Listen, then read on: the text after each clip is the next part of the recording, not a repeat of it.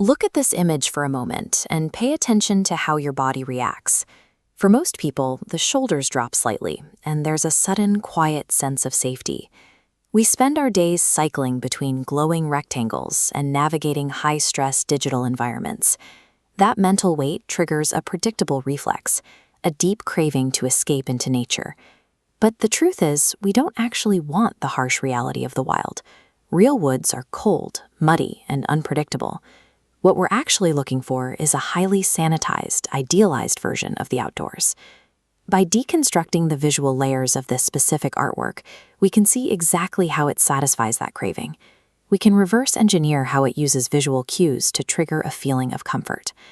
The peace you feel here is the result of a specific set of visual rules, applied to manipulate how your brain processes the environment. The first layer of this effect is in the physical composition. The framing is designed to tell your brain exactly where it is safe to rest. These heavy rocks bordering the subject create a cradle effect, physically protecting the character. In the foreground, the artist uses high-resolution detail, showing distinct veins on autumn leaves, tiny blue flowers, and acorn shells. But if you look past those sharp details, the background blurs into a soft haze. By limiting the depth of field, the artwork intentionally restricts your visual horizon. This combination of stone walls and a blurred distance creates a claustrophilic environment. It is an enclosed, protected space that keeps your subconscious from ever having to scan for threats in the far distance. Once the boundaries are set, the lighting pulls the scene away from reality and into a more idealized space. This is Komorebi, sunlight filtering through leaves, which has a measurable, calming effect on the nervous system. But notice a subtle anomaly: glowing, star-like dust motes hovering near the moss.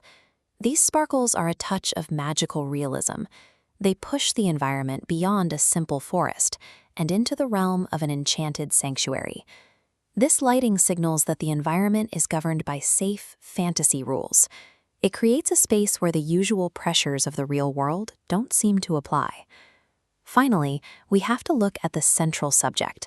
There are no high fantasy tropes here.